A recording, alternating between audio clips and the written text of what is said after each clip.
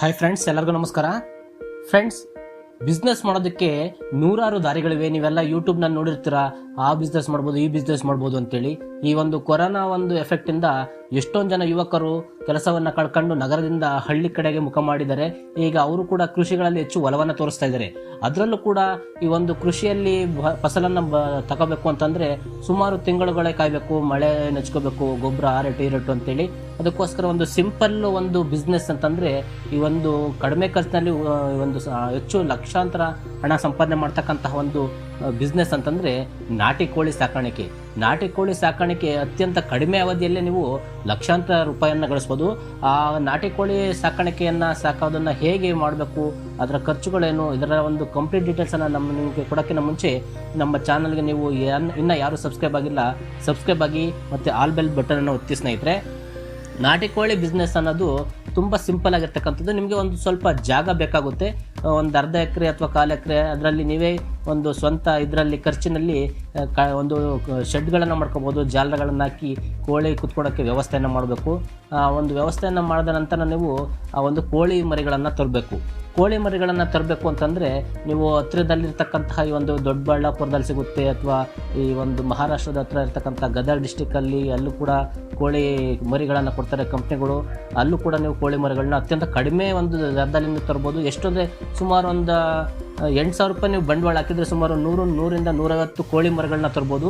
ಅವರೇ ಕೋಳಿಗೆ ಬೇಕಾಗಿರ್ತಕ್ಕಂತಹ ಆಹಾರವನ್ನು ಕೂಡ ಕೊಡ್ತಾರೆ, ಮತ್ತು ವ್ಯಾಕ್ಸಿನೇಷನ್ನ ಯಾವ ಟೈಮಲ್ಲಿ ಹೇಗೆ ಕೊಡಬೇಕು ಅಂತೇಳಿ ಅವರೇ ಕೂಡ ಅವರು ಕಾಲ್ ಮಾಡ್ತಾರೆ. ನೀವು ಸರಿಯಾದ ಸಮಯಕ್ಕೆ ನೀವು ಆ ಕೋಳಿ ಮರಿಗಳಿಗೆ ಸರಿಯಾದ ಒಂದು ಸಮಯಕ್ಕೆ ವ್ಯಾಕ್ಸಿನೇಷನ್ ಮತ್ತು ಆಹಾರವನ್ನು ಕೊಡ್ತಾ ಹೋದರೆ ಕೋಳಿ ಮರಿಗಳು ಕ್ರಮೇಣ 1 ತಿಂಗಳು 2 ತಿಂಗಳೊಳಗೆ ನೀವು ದುಪ್ಪಟ್ಟು ಹೆಚ್ಚಾಗುತ್ತೆ ಕೋಳಿ ಮರಿಗಳು. ಮತ್ತು ಕೋಳಿಗಳು ಬೆಳೆದು ದೊಡ್ಡವಾದ ಮೇಲೆ ನಿಮಗೆ ಅಧಿಕ ಲಾಭವನ್ನು ಗಳಿಸ್ಬೋದು. ಜೊತೆಗೆ ಆ ಕೋಳಿಗಳು ದೊಡ್ಡವಾದ ಮೇಲೆ ಆ ಕಂಪ್ನಿಗೆ ಆಫರ್ ಕೊಡುತ್ತೆ ಹೋಲ್ಸೇಲ್ ದರದಲ್ಲಿ.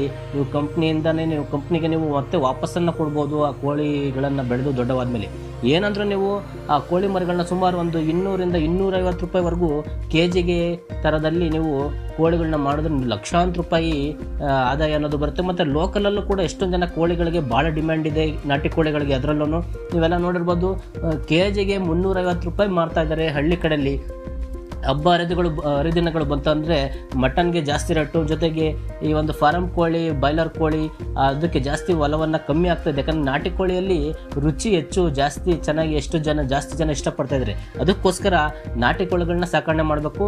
ಜೊತೆಗೆ ಈ ಒಂದು ನಾಟಿ ಕೋಳಿಗಳಿಗೆ ಬೇಕಾಗಿರ್ತಕ್ಕಂಥ ವ್ಯಾಕ್ಸಿನೇಷನನ್ನು ಕಂಪ್ನಿನೇ ಕೊಡುತ್ತೆ.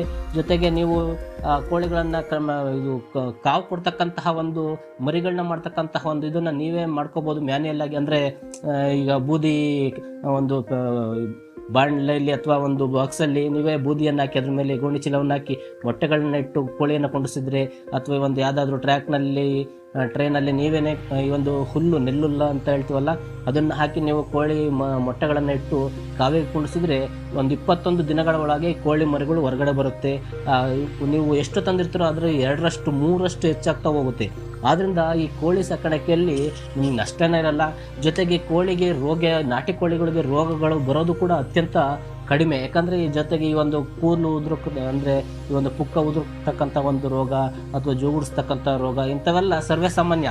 ಆದರೆ ಈ ಒಂದು ಫಾರಂ ಕೋಳಿಯಲ್ಲಿ ತರ್ತಕ್ಕಂಥದ್ರಲ್ಲಿ ಕೆಲವೇ ದೊಡ್ಡವಾಗಿರ್ತಕ್ಕಂಥ ಕೋಳಿಗಳು ಕೂಡ ಸತ್ತೋಗ್ತಕ್ಕಂಥ ಚಾನ್ಸಸ್ ಇರುತ್ತೆ, ನಷ್ಟ ಆಗ್ಬೋದು. ಆದರೆ ಈ ನಾಟಿ ಕೋಳಿಯಲ್ಲಿ ರೋಗಗಳು ಬರೋದು ಕಡಿಮೆ. ಸಜ್ಜೆ, ಇದಕ್ಕೆ ಬೇಕಾಗಿರ್ತಕ್ಕಂತಹ ಆಹಾರಗಳು ಸಜ್ಜೆ ಹಾಕ್ಬೋದು, ಮೆಕ್ಕೆಜೋಳದ್ದು ನುಚ್ಚು ಹಾಕ್ಬೋದು. ಸ್ವಲ್ಪ ದೊಡ್ಡವಾದ ನಂತರ ಆ ಒಂದು ನಾಟಿ ಕೋಳಿಗಳಿಗೆ ತರಕಾರಿ ಅಂದರೆ ಕೆಟ್ಟೋಗಿರ್ತಕ್ಕಂಥ ತರಕಾರಿ ಹಾಕ್ಬೋದು, ರಾಗಿ ಹಾಕ್ಬೋದು, ಅಕ್ಕಿ ಹಾಕ್ಬೋದು. ಈ ವೇಸ್ಟ್ ಆಗಿರ್ತಕ್ಕಂಥ ಸಂತೆಯಲ್ಲೆಲ್ಲ ವೇಸ್ಟ್ ಆಗಿರ್ತಕ್ಕಂತಹ ಜೆಳ್ಳು, ರಾಗಿಗಳು, ಅಕ್ಕಿಗಳು ಇವೆಲ್ಲ ಸಿಗ್ತವೆ. ನೀವು ಕಡಿಮೆ ಒಂದು ಇದರಲ್ಲೇ ಕೂಡ ನೀವು ನಾಟಿ ಕೋಳಿಗಳನ್ನ ಬೆಳೆಸಿ ನೀವು ಶ್ರೀಮಂತರಾಗ್ಬೋದು. ಜೊತೆಗೆ ಈ ಒಂದು ನಾಟಿ ಕೋಳಿಗಳು ಹಬ್ಬ ಹರಿದಿನಗಳಲ್ಲಿ ವಾರಕ್ಕೆ ಏನಂದ್ರೂ 3 ದಿವಸ ಆದ್ರೂ ಸ್ಥಳೀಯವಾಗಿ ಹೋಗುತ್ತೆ. ಜೊತೆಗೆ ಯುಗಾದಿ ಹಬ್ಬದಲ್ಲಿ ಅಥವಾ ಮಾರ್ನಮಿ ಹಬ್ಬದಲ್ಲಿ, ಬೇರೆ ಹಬ್ಬಗಳಲ್ಲಿ ಈ ಒಂದು ಹೆಚ್ಚು ವ್ಯಾಪಾರ ಆಗ್ತಕ್ಕಂಥದ್ದು ಟೈಮ್ ಅದು.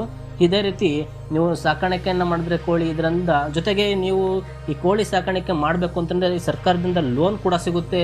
ಈ ಒಂದು ಅಗ್ರಿಕಲ್ಚರ್ ಆಫೀಸ್ಗೆ ಹೋಗಿ ನೀವು ಕೋಳಿ ಸಾಕಾಣಿಕೆ ಬಗ್ಗೆ ಮಾಹಿತಿನ ತಿಳ್ಕೊಬೋದು, ವ್ಯಾಕ್ಸಿನೇಷನನ್ನು ಅಲ್ಲೇ ಕೂಡ ಪಡಿಬೋದು, ತಜ್ಞರನ್ನು ಭೇಟಿ ಮಾಡ್ಕೊಂಡು ಅಲ್ಲೇ ಹಲವಾರು ವಿಷಯಗಳನ್ನ ಚರ್ಚೆ ಮಾಡ್ಬೋದು.